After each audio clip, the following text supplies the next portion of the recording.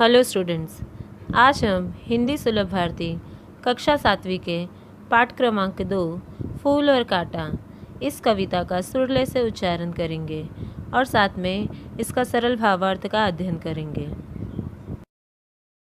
सर्वप्रथम कवि परिचय। इस कविता के कवि है स्वर्गीय श्री अयोध्या सिंह उपाध्याय जी, जिनका उपनाम हरिओद्वी है। इनका जन्म 15 अप्रैल 1865 में हुआ और इनकी मृत्यु 16 मार्च 1947 अर्थात इनका जीवन काल 15 अप्रैल 1865 से 16 मार्च 1947 तक रहा है। ये एक आधुनिक कवि के रूप में जाने जाते हैं। हिंदी साहित्य के एक सुप्रसिद्ध साहित्यकार का जन्म उत्तर प्रदेश के आजमगढ़ जिले में निजामाबाद नामक स्थान में हुआ। ये हिंदी साहित्य सम्मेलन के सभापति रह चुके हैं और विद्या वाचस्पति की उपाधि से सम्मानित किए गए हैं। प्रिय प्रवास इनकी प्रसिद्ध रचना है। इसके अलावा वैदेही वनवास, अधखिला फूल, प्रेम कांता आदि इनकी प्रमुख रचनाएं हैं। छात्रों, प्रिय प्रवास हिंदी खड़ी बोली का प्रथम महाकाव्य है। मैं आपसे यह भी बताना चाहती हूँ, खड़ी बोली का अर्थ होता है वह भाषा जो मानक हिंदी का पूर्व रूप है, जिसमें संस्कृत शब्द की बहुलता करके वर्तमान हिंदी भाषा की सृष्टि हुई है।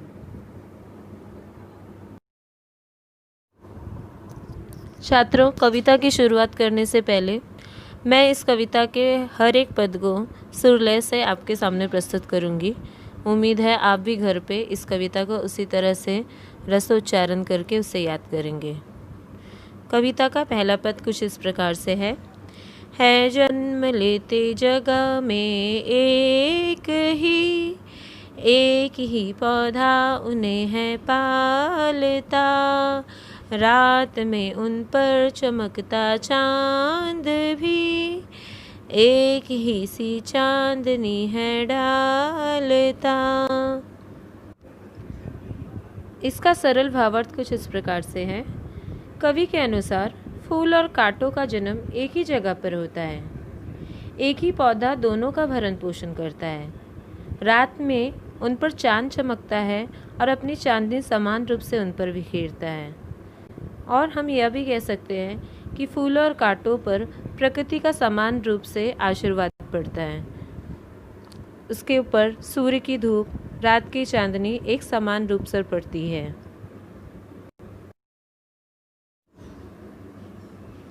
मेह उन पर है बरसता एक सा, एक सी उन पर हवाएं है बही, पर सदा ही यह दिखाता है हमें ढंग उनके एक से होते नहीं। छात्रों, ये कविता का दूसरा पद है। मेह का अर्थ होता है बादल। कवि के अनुसार बादल उन पर समान रूप से अपना जल बरसाता है। उस पौधे पर जिसमें फूल और कांटे दोनों एक साथ में हैं, हवाएं उन दोनों पर एक जैसी ही बहती है। इस तरह एक ही परिवेश में बढ़ने वाले ये दोनों फिर भी एक जैसे नहीं होते हैं। दोनों का व्यवहार बिल्कुल अलग अलग होता है।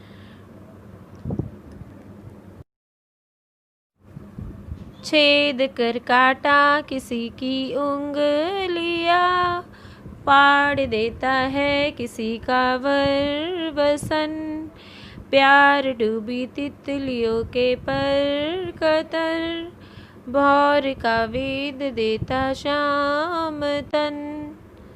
बच्चों, इस पद में वर का अर्थ है सुंदर, वसन का अर्थ होता है कपड़ा या वस्त्र, पर का अर्थ है पंख और श्याम का अर्थ है यहाँ पे सांवला।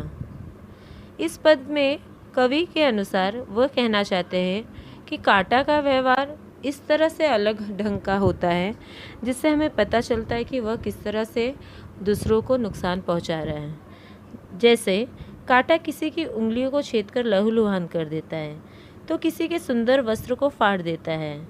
प्यारी प्यारी तितलियों के पंख को वो कतर देता है और भौरे के श्यामल शरीर को भी छेदकर घायल कर देता है। इस प्रकार कांटे के व्यवहार को कवि ने हमारे सामने दर्शाया है। फूल लेकर तितलियों को गोद में, भौर को अपना अनूठा रस पिला, निस्सुगंध और निराले रंग से, है सदा देता कली जी की खिला। बच्चों, ये कविता का चौथा पद है, जिसमें अनूठा का अर्थ है मधुर, जी का अर्थ है मन।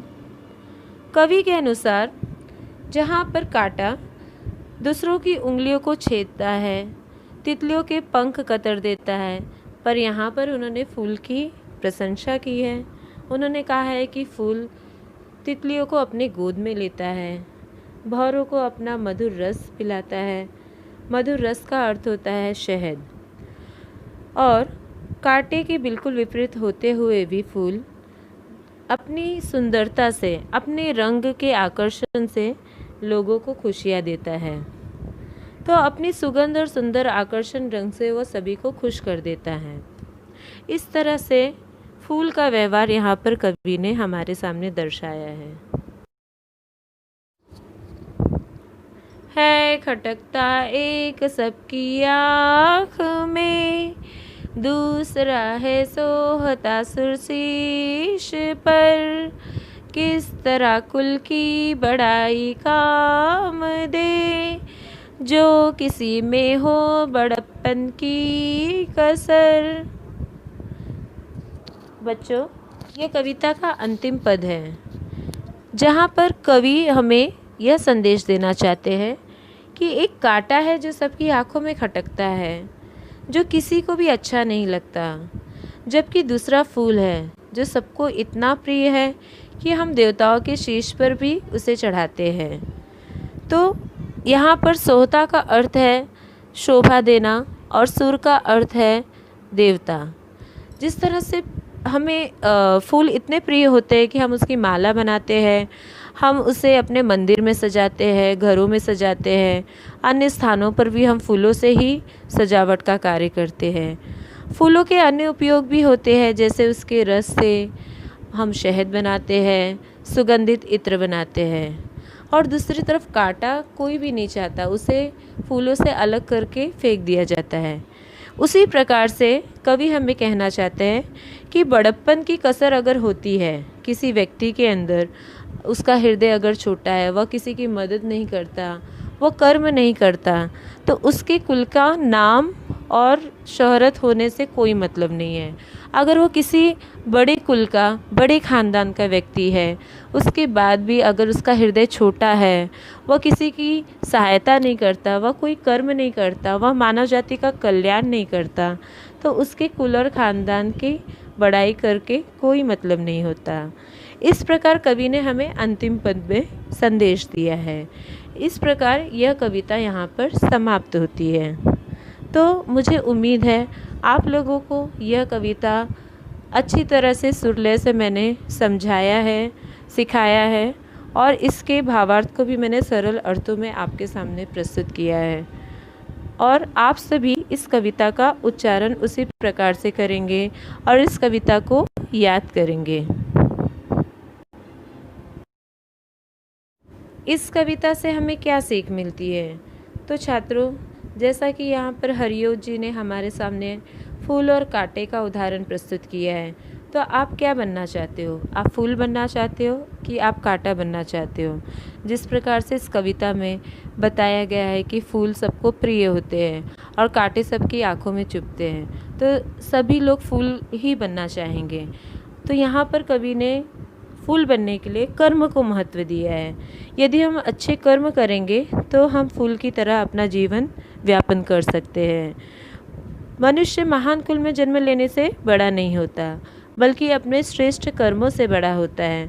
तो हमें इस कविता से यही सीख मिलती है कि हमें अपना जीवन फूलों की तरह बिताना है। जब तक अंतिम सांस रहे तब तक हमें दूसरों के उपयोग में आना है। हमें कांटे की तरह जीवन नहीं बिताना।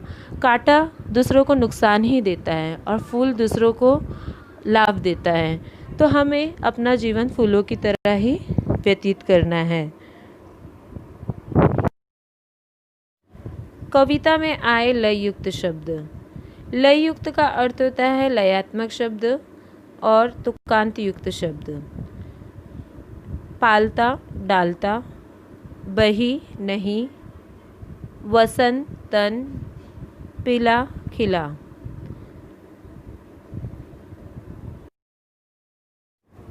कविता में आए कुछ कठिन शब्द।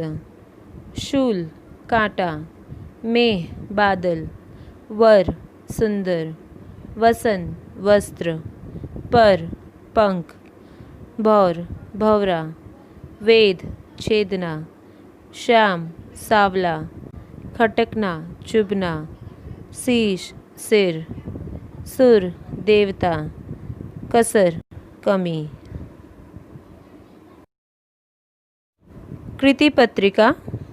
पहला प्रश्न है फूल और कांटों की उपलब्ध समानताएं। तो फूल और कांटों में क्या समानताएं हैं, उसके उत्तर दिए गए हैं। कृति पत्रिका 2, फूल का व्यवहार।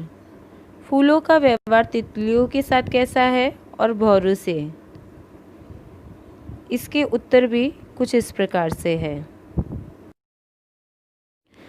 अगला प्रश्न है आसपास के पेड़ पौधों के नामों का वर्गीकरण कीजिए। हमारे आसपास के वातावरण में जो पेड़ पौधे उगते हैं उनका आकार के अनुसार वर्गीकरण करना।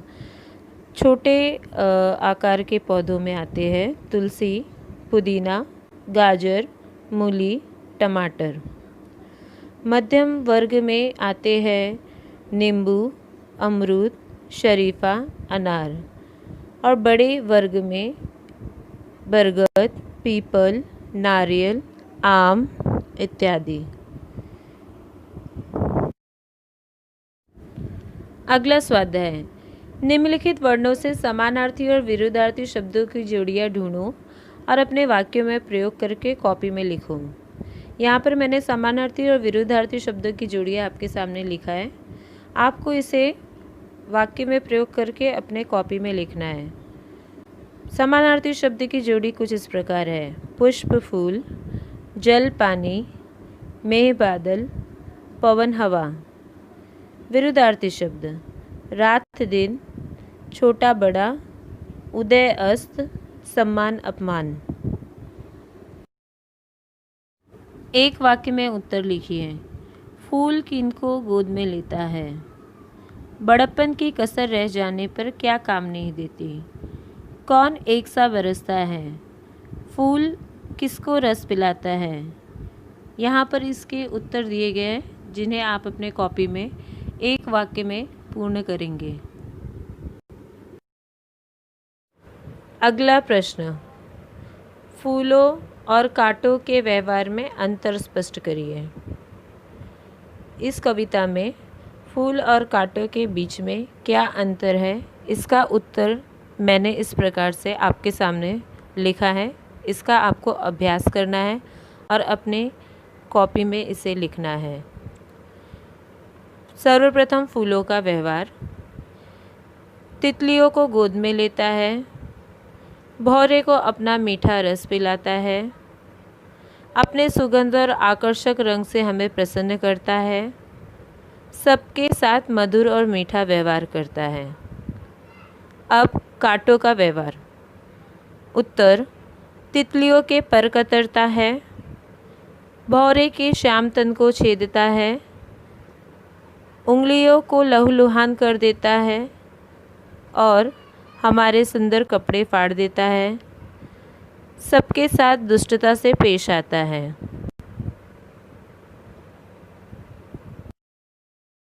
अंत में आपको गृह कार्य के रूप में सहमत अभिव्यक्ति का एक प्रश्न दिया जा रहा है।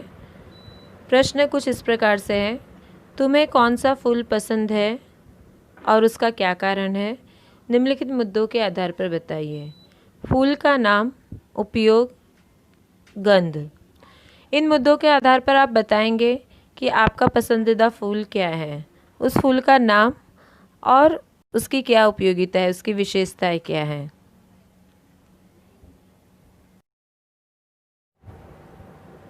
तो छात्रों यहाँ पर आपको लय युक्त शब्द से लेकर के अन्य कृति पत्रिका और स्वाध्याय के प्रश्न के साथ स्वमत अभिव्यक्ति के प्रश्न, ये सारे प्रश्न उत्तर आपको आपके कॉपी में लिखना है। यह आपका गृह कार्य है, इसे आप पूर्ण करिए और साथ में ही कविता का सुर लय से उच्चारण करके कविता को याद करिए, उसे भी अपने कॉपी में लिखिए।